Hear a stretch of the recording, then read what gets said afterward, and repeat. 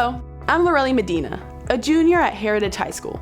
Today, I'd like to tell you about 2 replacement levies that Evergreen Public Schools is putting on the February 11th, 2025 ballot, and the programs and positions these levies will fund.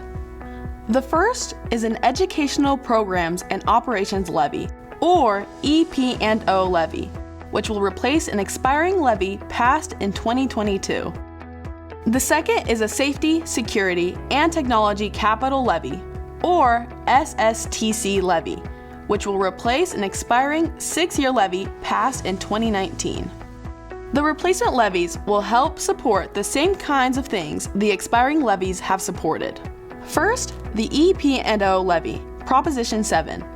It will help pay for extracurricular activities, including athletics and orchestra, band, choir, and theater programs. It also pays for teachers, principals, counselors, safety and security staff, as well as school support staff like school secretaries and paraeducators. The EP&O levy will also help continue funding for special education, multilingual learners, highly capable student programs, and help preserve smaller class sizes. In the classroom, the EP&O levy will fund curriculum, textbooks, and professional development for teachers so they can stay up to date on best teaching practices.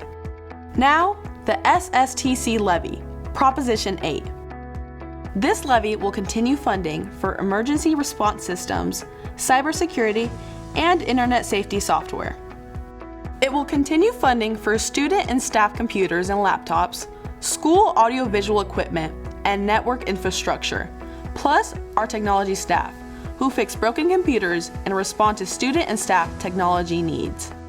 The SSTC levy will also continue funding for online curriculum, school communication systems, and district-wide internet services. These replacement levies are not new taxes. They cover a 13.5% budget gap between what the state of Washington provides for education and what it actually costs to operate our schools.